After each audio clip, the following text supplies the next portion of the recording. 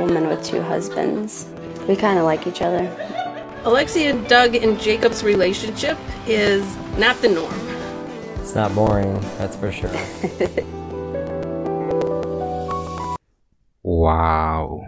Two husbands, huh? Let's just get into this. A lot of males, when they find out that I have two husbands, they always say, "Do you want a third?" This is Alexia. She fell in love with Doug and Jacob. Alexia and I dated with other girls on and off. Yeah, it was actually pretty interesting. As soon as I technically started dating Jacob, he entered our family. We kind of were just done with that other lifestyle. It seemed like a good idea, and it was because I was the type of person. And look at this guy right here. Look at this dude. Look at this dude. To be honest, he's kind of giving me Zesty vibes. And no offense to my gay niggas out there, alright? But I'm not surprised that he agrees to share his wife. Person where it's just like, I can't show love just to one person. Every single polyamorous relationship is set up differently. So each person has different rules, different boundaries. Oh, the kids love it. Extra presents. Let me get this straight. These two men are willing to put their self-respect and pride to the side just to be with this kind of woman.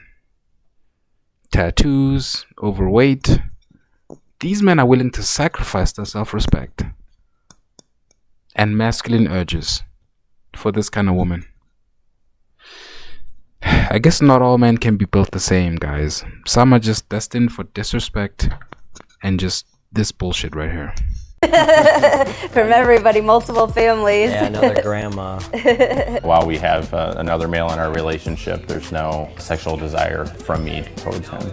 I love him to death, so I don't necessarily have to feel like I need to have sex with him to show him love.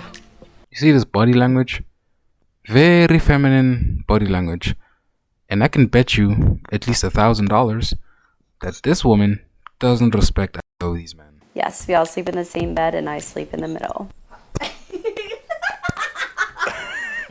For me, it's more like when I come home from work and they've both kind of like migrated over to my side, so I got like a little edge like this to like hold on to. Right. You know? He literally just shakes me. He's like, "Move over." Get over. Yeah. You know, as far as jealousy goes, you know, occasionally you get that feeling of wanting to be wanted. I mean, I think that's natural. There's no competition, you know, rivalry, no way. Sometimes when I talk about other girls and I keep hearing their name come up, I'm like, who is I'm just glad that this bullshit is mostly in the West. Yeah. this? Like, so It's mostly in the West. Don't get me wrong. There are hoes where I live. You can bet your ass. Most of these hoes, they're hoes, essentially. yeah, sometimes, but that's just natural But human this being. is some ridiculous shit, man. Do I think they're gonna come over and take over my entire life? Girl, go ahead. I got lots of bills to pay. But not everyone has invested in this three-way.